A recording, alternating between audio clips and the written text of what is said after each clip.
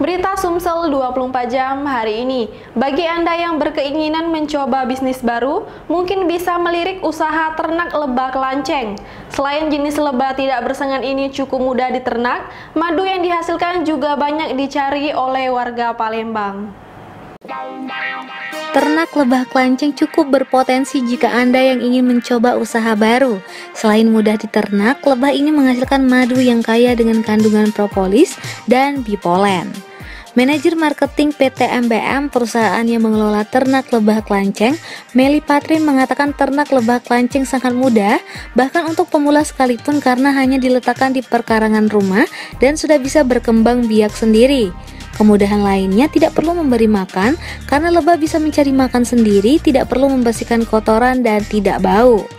Madu kelanceng juga memiliki keunggulan seperti kaya akan gula yang paling mudah diserap sistem pencernaan, kaya akan nutrisi, vitamin, mineral, memiliki kandungan propolis dan bipolen terbaik dibandingkan lebah tawon. Jadi dengan bisnis lebah kelanceng ini diharapkan dapat membantu masyarakat untuk menambah penghasilan yang bingung mau modalnya dikemanain, yang bingung mau mencari penghasilan kemana, bisa bermitra dengan kami. Dan kami juga memiliki surat perjanjian atau MOU, jadi dijamin aman dan juga dijamin semuanya benar-benar ditandatangani di atas kontrak. Jadi jangan takut dan ragu untuk bergabung dengan lebah kelanceng ini. Selain bisa diternak sendiri, usaha ini juga menawarkan kemitraan hingga bisa menjadi mini agen dan agen dengan keuntungan yang menjanjikan.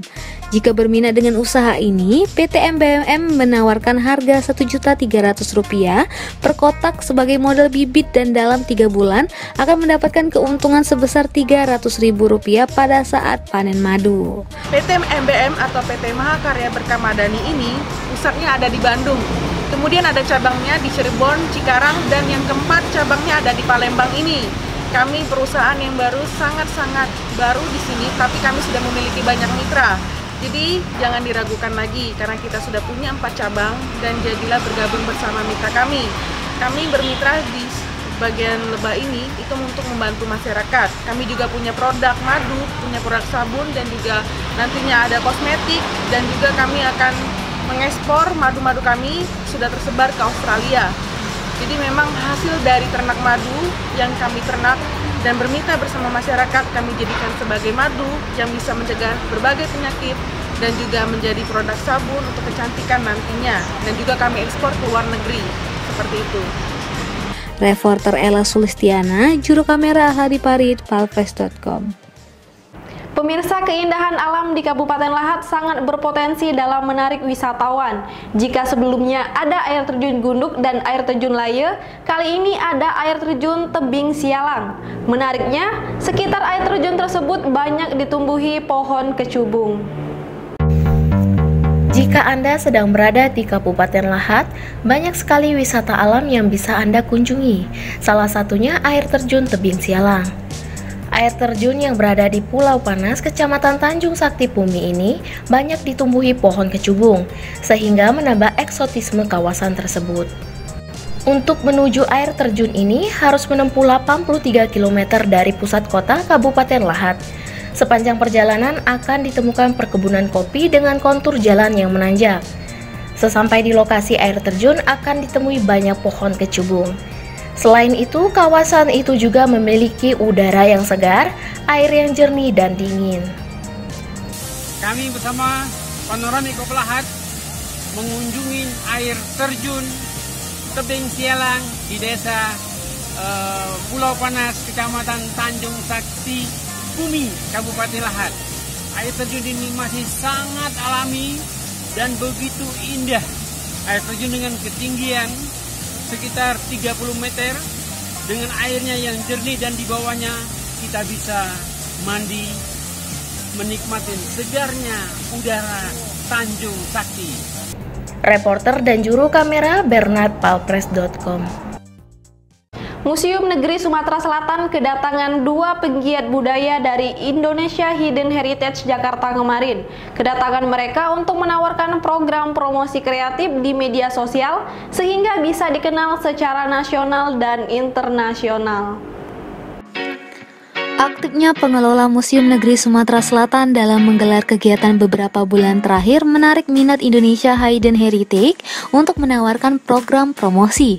Kedatangan Indonesia Hidden Heritage diterima langsung oleh Kepala Museum Negeri Sumatera Selatan Haji Chandra Amprayadi.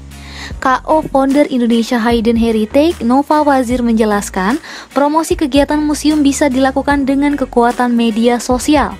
Salah satunya corner kreatif di akun sosial media mereka yang berisi pernak-pernik informasi museum. Lalu tur menarik museum yang bicara tentang cerita di balik koleksi. Nah, kita dari Indonesia Hidden Heritage punya program namanya Meet Me the Museum. Jadi pada intinya kita akan membantu beberapa museum yang kita pilih untuk membuat program-program promosi kreatif gitu. Jadinya teman-teman nanti ke museum itu bisa menikmati museum dengan cara yang lebih menyenangkan. Seluruh koleksi museum akan dibuat narasi yang menarik sehingga menarik minat untuk berkunjung ke museum. Dengan narasi itu juga pengunjung diajak mendengarkan sebuah cerita dari koleksi. Akan ada tour yang menarik tentang museum dan bicara tentang story behind collection. Jadi koleksi-koleksinya itu akan kita buatkan narasi yang sangat menarik. Jadinya teman-teman tuh datang ke museum seperti mendengarkan sebuah cerita, nggak lagi hanya melihat benda-benda yang hanya disimpan. Lebih jauh dia menjelaskan, Indonesia Hidden Heritage merupakan sebuah perkumpulan yang terdiri dari para profesional yang memiliki kepedulian terhadap sejarah dan budaya Indonesia.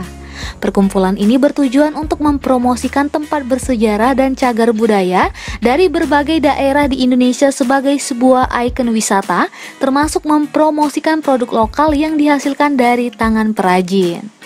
Kepala Museum Negeri Sumatera Selatan Haji Chandra Amprayadi menyambut positif kunjungan Indonesia Hidden Heritage sekaligus tawaran mereka untuk mempromosikan museum ke khalayak yang lebih luas. Dalam rangka untuk mempromosikan museum ke depan ke kancah internasional dan nasional.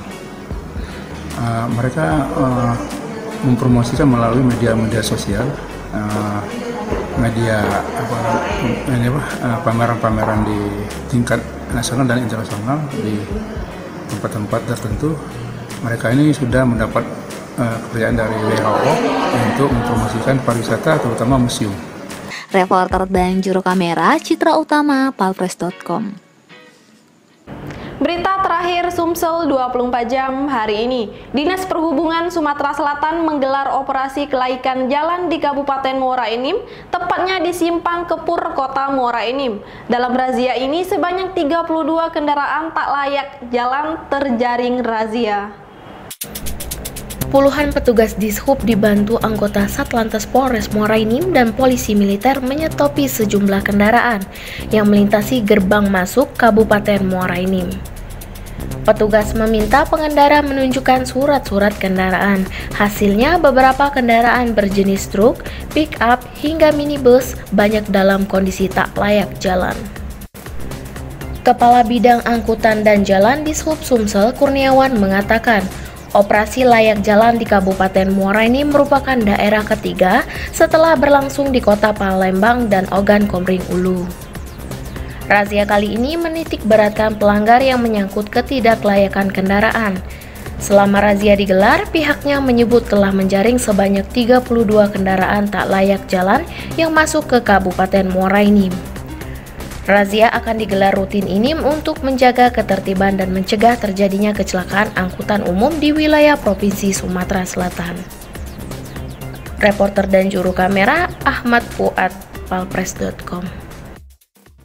Demikianlah berita Sumsel 24 jam hari ini. Saya Sri Devi, sampai jumpa.